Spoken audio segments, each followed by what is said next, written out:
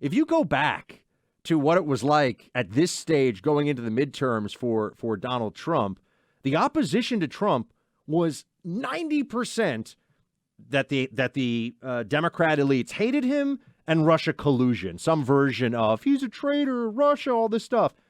It was a lie.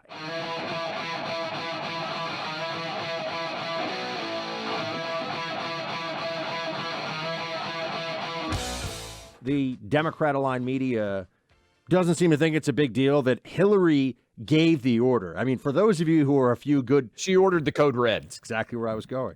Oh, did I steal your line? It's all right, Travis. It's all right. It's all right. You know, it's a great film. It's a great film. Mr. Clay Travis, it is a great film. She did order the code red, and we all know it now, and it's come out in court. And Robby Mook is the guy who has said this now, you know, because they're looking at this, and you could go to prison if you lie under oath. And so when they say, do the communications exist? Do you know? Did Hillary Clinton actually order this thing? Which is remarkable because if you just line this up, and we'll talk more about that in a moment, if you were to line it up, our opposition at this stage to the Biden administration, when I say opposition, yeah, I oppose a lot of the ideas of the Biden administration. If they had been super successful, I'd be sitting here saying, well, you know, we got to come up with some ideas to maybe keep improving on their good stuff that they've done. Fortunately for us, everything we said about how these were stupid ideas was correct, and they're ruining the economy and making all kinds of mistakes. But it's at least rooted in the results being bad.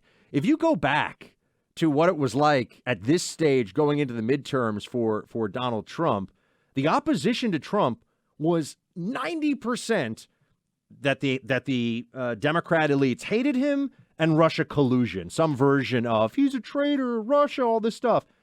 It was a lie. The whole thing was a lie and a fabrication, and we know this. And, you know, the Durham probe is still going. At least it'll get... I've always said this. Don't expect anyone important to go to prison. Like, anyone who writes me, Hillary's going...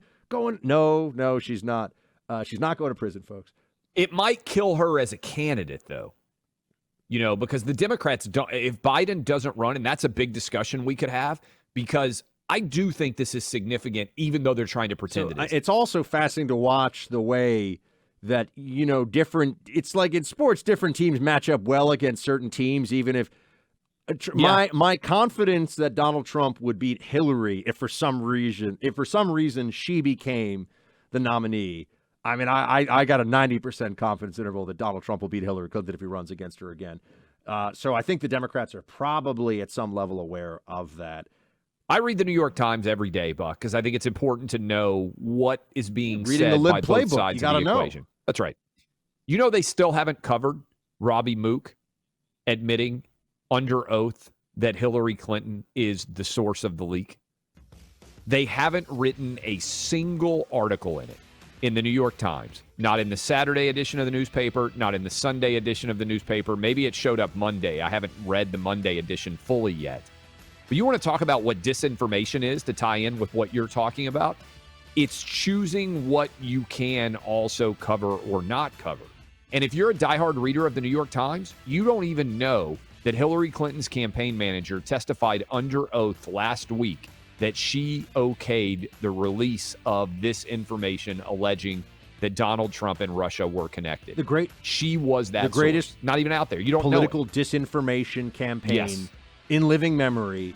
And the Democrats, who want a disinformation czar to be doing their bidding from within the government, perpetrated against Donald Trump that disinformation, a soft coup by the deep state, by the Democrats.